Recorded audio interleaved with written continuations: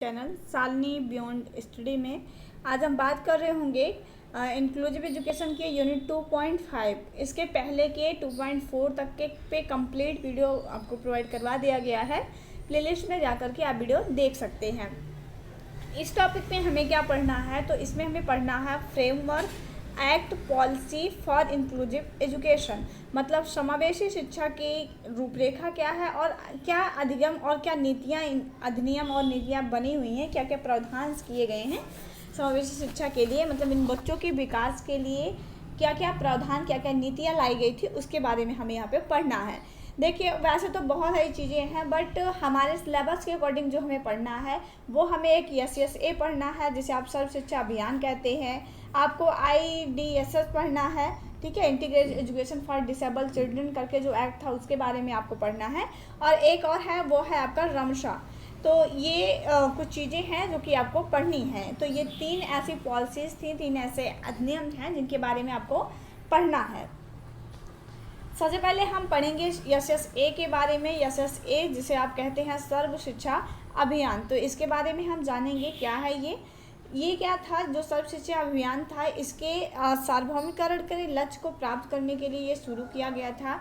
यह एक शून्य अस्वीकृति नीति अपनाता है। इसका मतलब है जीरो रिडक्शन जो पॉलिसी है उसको ये अपनाता है, और यह एक ऐसे दृष्टिकोण का उपयोग करता है जो कि विभिन्न मौजूदा योजनाओं और कार्यों को परिवर्तित करता है।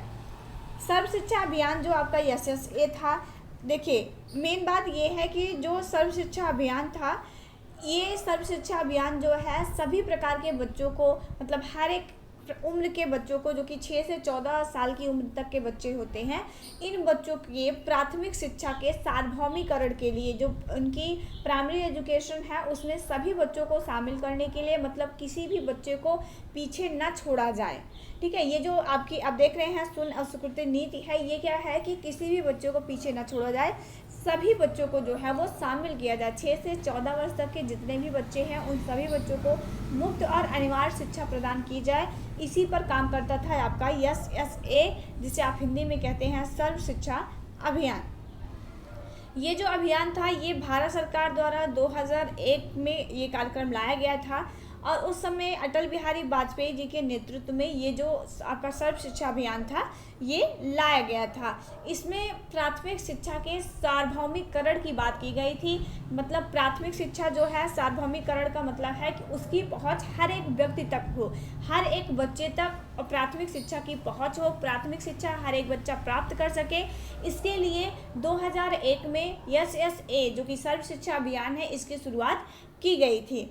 संविधान के 86वें संविधान संशोधन द्वारा इसे निर्देशित किया गया था। इसमें कहा गया था कि जितने भी बच्चे जिनकी एज 6 से 14 वर्ष तक की है, ऐसे बच्चों को मुफ्त और अनिवार्य रूप से शिक्षा दी जाएगी। मुफ्त का मतलब है कि इन बच्चों को प्राथमिक शिक्षा देने के लिए किसी भी प्रकार का कोई भी शुल्क पे नहीं करना पड़ेगा। और अनिवार्य शिक्षा का मतलब ये है कि इन बच्चों को, जो ये ऐसे बच्चे हैं जो कि 6 से 14 वर्ष की उम्र में आ रहे हैं, ऐसे बच्चों को अनिवार्य रूप से शिक्षा ग्रहण, अनिवार्य का मतलब है जरूरी है ऐसे बच्चों को शिक्षा ग्रहण करना। आप अपने घर पे अगर आपका बच्चा 6 से 14 साल की उम्र तक आ रहा है, तो आपको कंपलसरी है कि आप उसका एडमिशन जो है वो प्राथमिक विद्यालयों में करवाएं। तो ये कार्यक्रम था आपका SSA, जो कि 2001 में स्टार्ट किया गया। जो भी इम्पोर्टेंट बातें हैं वो आप याद रखिएगा। ये पहली बात तो आप फुल फॉर्म याद रखिएगा, क्योंकि आपसे एग्जाम में डायरेक्ट आपसे पूछा जा सकता है कि SSA का पूरा नाम क्या है। तो याद रखिएगा, SSA का पूरा नाम होता है सर्व शिक्षा अभियान। उसके बाद जो आपको याद रखने वाला पॉइंट है वो ये है कि इसकी शुरुआत कब की गई थी। तो आप याद रखेंगे कि 2001 में जो है इसकी शुरुआत की गई थी। नेक्स्ट पॉइंट जो आपको याद रखना है वो है कि संविधान, भारतीय संविधान के कौन सा संशोधन किया गया था SSA को जोड़ने के लिए। तो ये है 86वां संविधान संशोधन था।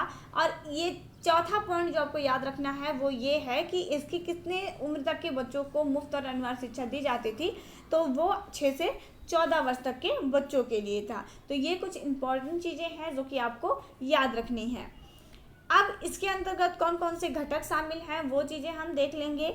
देखिए, जब आपसे मान लीजिए लॉन्ग टाइप में आपसे क्वेश्चन बन रहा है, तो आप इन सारे चीज़ों को एक्सप्लेन करके लिख देंगे, वो आपके लिए सफिशिएंट रहेगा। लेकिन अगर आपसे जो है लॉन्ग टाइप में नहीं, शॉर्ट टाइप में आपसे आंसर पूछा जा रहा है तो जो नोट्स आपको दिया जा रहा है वो आपके लिए सफिशिएंट है। लॉन्ग टाइप में लिखने के लिए आपको जो जो चीज़ें इसमें बताई जाएंगी, जो भी चीज़ें हैं जैसे प्रारंभिक हस्तक्षेप और पहचान है उसके बारे में आप थोड़ा सा लिख दीजिएगा, शैक्षिक प्लेसमेंट के बारे में थोड़ा सा आप लिख दीजिएगा 2-4 लाइन। इस तरीके से करके जो जो ये पॉइंट्स दिए गए हैं ये सारी चीज़ों को आप थोड़ा सा एक्सप्लेन कर दिएगा अपने श्रवण बाधित बच्चों, जैसे आपका जो भी ट्रेड है उससे जोड़ करके आप थोड़ा सा एक्सप्लेन करके लिख दीजिएगा। तो लॉन्ग टाइप के लिए आपके लिए बिल्कुल सफिशिएंट रहेगा, मोर देन एनफ है इतना जितना हमको बता रहे हैं। तो इसमें क्या कौन कौन से घटक शामिल थे, तो इसमें प्रारंभिक पहचान और हस्तक्षेप शामिल था कि बच्चे की पहचान, जैसे मान लीजिए कोई दिव्यांग बच्चा है तो फिर उसकी भी पहचान हो सके, उसको भी जो भी सहायक उपकरण हैं उसको प्रोवाइड करवा के बच्चे को स्कूल में इंटर करवा दिया जाए। उसके बाद शैक्षिक प्लेसमेंट की बात इसमें की गई थी। कार्यात्मक और औपचारिक मूल्यांकन की बात इसमें की गई थी कि बच्चे का जो है समय समय पर जो है असेसमेंट भी होता रहे कि बच्चा कितनी उन्नत, पहले उसका लेवल्स क्या था और अब धीरे धीरे उसका लेवल्स किस तरीके से इंक्रीज कर रहा है, वो चीज़ें यहाँ पे देखनी है। उसके बाद बच्चों को जो भी उपकरण हैं वो भी इसके एसएसए के थ्रू उनको प्रोवाइड करवाए जाते थे।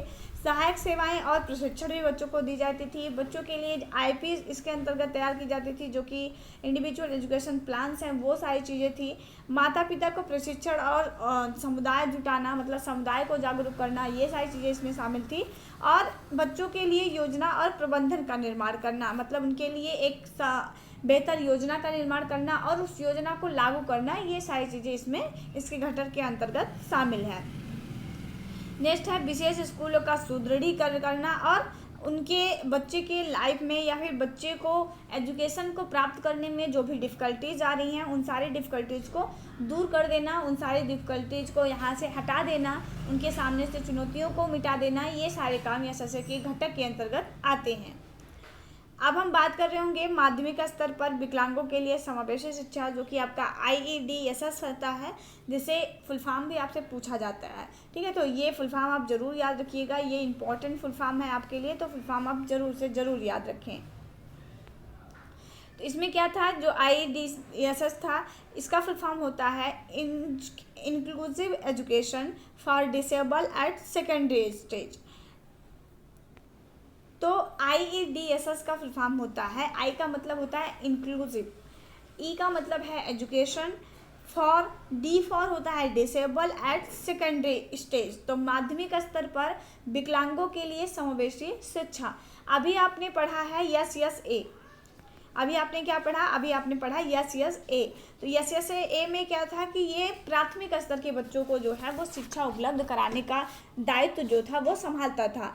लेकिन जो IEDSS है ये डिसेबल बच्चों के लिए, जो भी बच्चे डिसेबल्स हैं, इन बच्चों के माध्यमिक स्कूली शिक्षा के लिए ये लाया गया था। जैसा कि आप इसके नाम में भी देख सकते हैं लिखा गया है माध्यमिक स्तर। ठीक है, तो माध्यमिक स्तर के लिए जो आपका ये IEDSS था ये लाया गया था डिसेबल बच्चों के लिए, जो कि दिव्यांग बच्चे हैं, इन बच्चों के लिए इनकी जो उच्च स्तर की पढ़ाई है उसके लिए ये लाया गया था। ये जो कार्यक्रम था, इस कार्यक्रम की शुरुआत आपसे पूछा जा सकता है, एक नंबर में भी आपसे दे देगा कि इस कार्यक्रम की शुरुआत किस सन में हुई थी, या फिर आपको वो अब जो है ट्रू एंड फॉल्स में करके दे सकता है। क्वेश्चन कैसा भी बन सकता है, आपको कॉन्सेप्ट पता होना चाहिए, आपको जो है जो मेन बातें हैं इस कार्यक्रम की वो पता होनी चाहिए। तो यह जो कार्यक्रम था वो 2009-10 में शुरू किया गया था, मतलब 2009 में शुरू किया गया, 2010 में लागू हुआ। यह योजना जो थी वो विकलांग बच्चों के लिए एकीकृत शिक्षा, जो कि IEDC था, मतलब integrated education for disable children. तो इसका भी फुल फॉर्म आप याद रखिएगा, IEDC। तो IEDC का फुल फॉर्म क्या होता है, IEDC का फुल फॉर्म होता है इंटीग्रेटेड, आप लिख लीजिएगा, नोट कर लीजिएगा, इंटीग्रेटेड एजुकेशन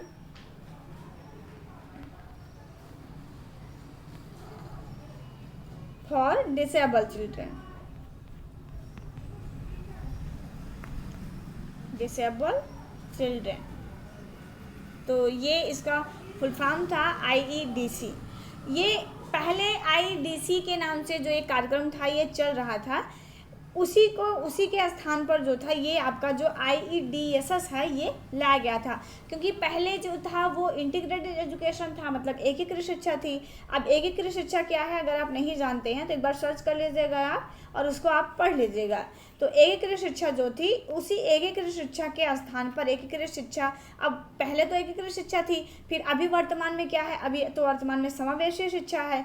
तो योजना को भी जो इसकी पहली योजना थी, पिछली योजना थी IEDS मतलब IDC था, उसी के स्थान पर जो है उसी की जगह जो था ये IEDSS लाया गया था। ये 9वीं और 10वीं, ठीक है, जो कक्षा 9 और कक्षा मतलब 9 से लेके 12 तक के जो बच्चे थे, जो इसमें माध्यमिक स्तर पे जो 9 से 12 वर्ष तक के बच्चे थे, मतलब 9 से 12 वर्ष में जो कक्षाओं में पढ़ने वाले बच्चे थे, ऐसे विकलांग बच्चों की समावेशी शिक्षा के लिए जो सहायता है वो प्रदान करती है। ये जो कार्यक्रम है ये जो है माध्यमिक स्तर के लिए है, मतलब जो 9 से 12 की कक्षाओं में पढ़ने वाले बच्चे हैं, ऐसे बच्चों के लिए ये योजना लाई गई थी।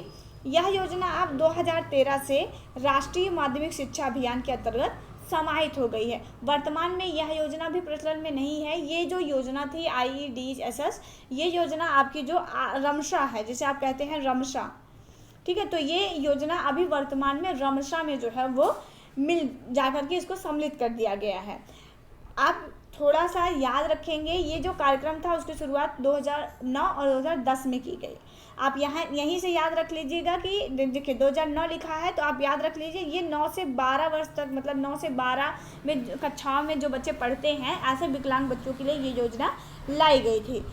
तीसरी बात इसमें याद रखने वाली जो है वो ये है कि ये जो आपकी योजना है ये IEDC योजना की जो पहले ये फर्स्ट नंबर पे ये योजना थी, इसको रिप्लेस करके ये योजना आपकी लाई गई थी, लेकिन वर्तमान में ये योजना भी समाप्त हो गई है। इस योजना को जो है रमशा के अंतर्गत, जो आपका रमशा है, अभी आप रमशा के बारे में भी जानेंगे, तो ये जो रमशा है जिसको आप राष्ट्रीय माध्यमिक शिक्षा अभियान कहते हैं, इसी रमशा के अंतर्गत जो है इसको भी शामिल कर दिया गया है। वर्तमान में रमशा जो चल रहा है आपका वो प्रचलन में है।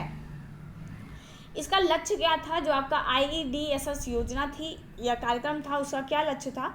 इसका लक्ष्य था कि सभी विकलांग छात्रों को सक्षम बनाने के लिए एक समावेशी और सक्षम वातावरण में 8 साल की प्राथमिक शिक्षा पूरी करने के बाद माध्यमिक स्कूल के 4 साल आगे बढ़ाना।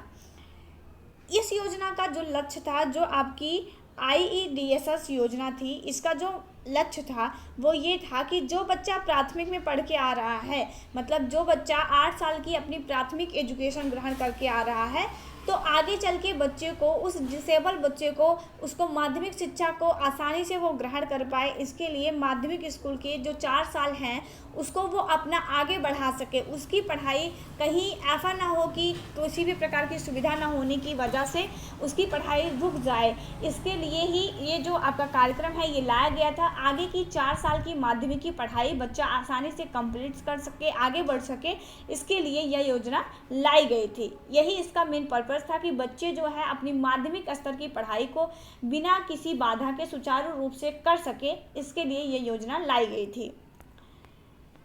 अब इसके उद्देश्य के बारे में जानेंगे कि क्या इसके उद्देश्य थे।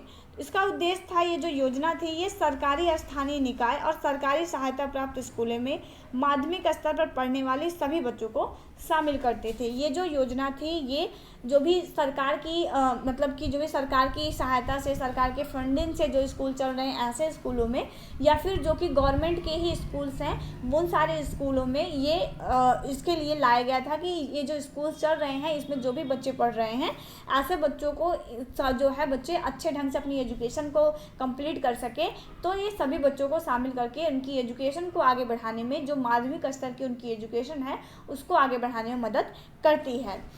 ये जो है वो PWD और NTA 1999 जो आपका NTA है, मतलब जिसे आप नेशनल ट्रस्ट एक्ट कहते हैं, और जो आपका PW है मतलब पर्सन विद डिसेबिलिटी एक्ट 1995 में जो आया था, और उसके बाद NTA जो 1999 में आया था, इसके तहत जो है इसको कक्षा 9वीं में परिभाषित एक या एक से अधिक विकलांग हैं।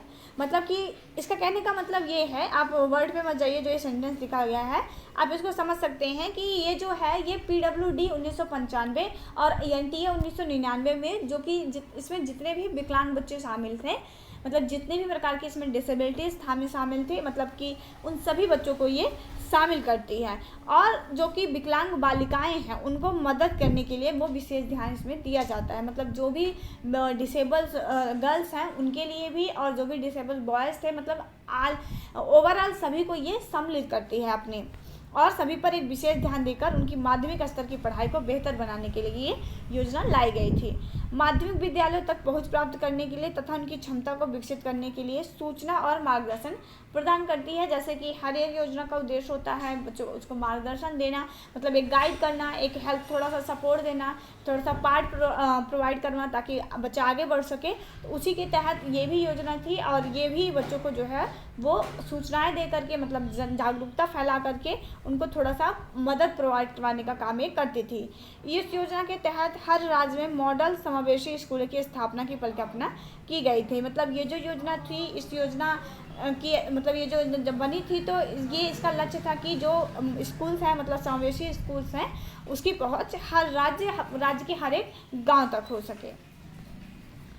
अब बात कर रहे होंगे रमशा के बारे में, जिसे हम कहते हैं राष्ट्रीय माध्यमिक शिक्षा अभियान, जो कि आपका अभी आपने जस्ट पीछे की योजना पढ़ा, उसमें मैंने आपको बताया कि जो IDSS है, ये जो आपकी योजना, ये जो कार्यक्रम था, इसको इसी में शामिल कर दिया गया है। ये रमशा में ही इसको शामिल कर दिया गया है। इस मिशन का सफल क्रियान्वयन 2009-2010 तक हुआ था। हालांकि यह सभी छात्रों की कुशल विकास और क्षमता के लिए स्थितियां प्रदान करने पर केंद्रित है। जो भी उद्देश्य आपके IDSS के थे, उसी के उद्देश्यों को लेकर के ये रमशा जो योजना थी, जो कार्यक्रम था, इसको भी संचालित करने का काम किया गया था। इसमें बहुत सारी योजनाएं शामिल थी, जैसे बहुआयामी अनुसंधान प्राप्त करना, तकनीकी परामर्श देना, विभिन्न प्रकार के कार्यक्रमों का क्रियान्वयन करना और अनुदान सहायता प्रदान करना। मतलब जो भी गवर्नमेंट स्कूल्स हैं या फिर जो भी गवर्नमेंट की फंडिंग से स्कूल चल रहे हैं, उन सभी को जो है अनुदान या सहायता प्रदान करना, ये इसका काम था। रमशा के उद्देश्य पे बात कर रहे होंगे तो रमशा का उद्देश्य यही था कि जो भी माध्यमिक स्तर पर प्रदान की जाने वाली शिक्षा की समग्र गुणवत्ता में सुधार करना। अभी आपने जाना कि IDSS योजना को इसी में शामिल कर दिया गया है। तो जो भी IDSS योजना का उद्देश्य था, उसको सफल रूप से पूरे करवाने का जो काम था वो रमशा कर रही थी, और सभी माध्यमिक विद्यालयों को प्राधिकार तथा द्वारा निर्देशित सभी मानदंडों के अनुकूल बनाने के द्वारा संभव है। 2017 तक माध्यमिक स्तर की शिक्षा तथा सार्वभौमिक पहुंच हो। मतलब इसका उद्देश्य लक्ष्य रखा गया था कि 2017 तक क्या हो कि माध्यमिक स्तर की तक की जो शिक्षा है वो सभी बच्चों तक पहुंच सके। मतलब कोई ऐसा बच्चा ना हो जो कि शिक्षा ग्रहण करने से, मतलब किसी भी वजह से जो है वो माध्यमिक स्तर की शिक्षा को ग्रहण नहीं कर पा रहा है, ऐसा बिल्कुल ना हो। हर एक बच्चा जो है वो शिक्षा को ग्रहण कर पाए। और 2020 तक छात्रों के सार्वभौमिकरण प्रत्याहार के लिए महत्वाकांक्षी इसका लक्ष्य था। इसका लक्ष्य था कि 2017 तक सभी बच्चे स्कूल में इन्वॉल्व हो सके, सभी बच्चों तक इसकी पहुंच हो, और 2020 तक हर एक बच्चे की जो नामांकन है वो विद्यालयों में माध्यमिक स्तर में जो है वो हो सके, कोई भी बच्चा पीछे ना छूट जाए, ये इसका उद्देश्य था। तो ये आपका यूनिट 2.5 था। आई होप आपको क्लियर हो गया होगा। फिर भी अगर आपका कोई डाउट रह जाता है तो आप जो है कमेंट करके पूछ सकते हैं। और नेक्स्ट आपको किस टॉपिक पर वीडियो चाहिए, किसी भी सब्जेक्ट के, आपके जो भी सब्जेक्ट हैं या चाइक से रिलेटेड या चाइक के जो भी सब्जेक्ट हैं, अगर उसमें आपको किसी भी सब्जेक्ट का कोई भी टॉपिक समझ में नहीं आ रहा है तो फिर आप जो है इसी वीडियो के नीचे आप कमेंट कर दीजिएगा। कमेंट में आया हुआ हर एक मैसेज को हम ज़रूर सीन करते हैं, आपका रिप्लाई भी जाएगा आपको, और जो है आपके उस टॉपिक पे आपको वीडियो या नोट्स आपको प्रोवाइड करवा दिए जाएंगे। मिलेंगे नेक्स्ट वीडियो में, तब तक के लिए जय हिंद।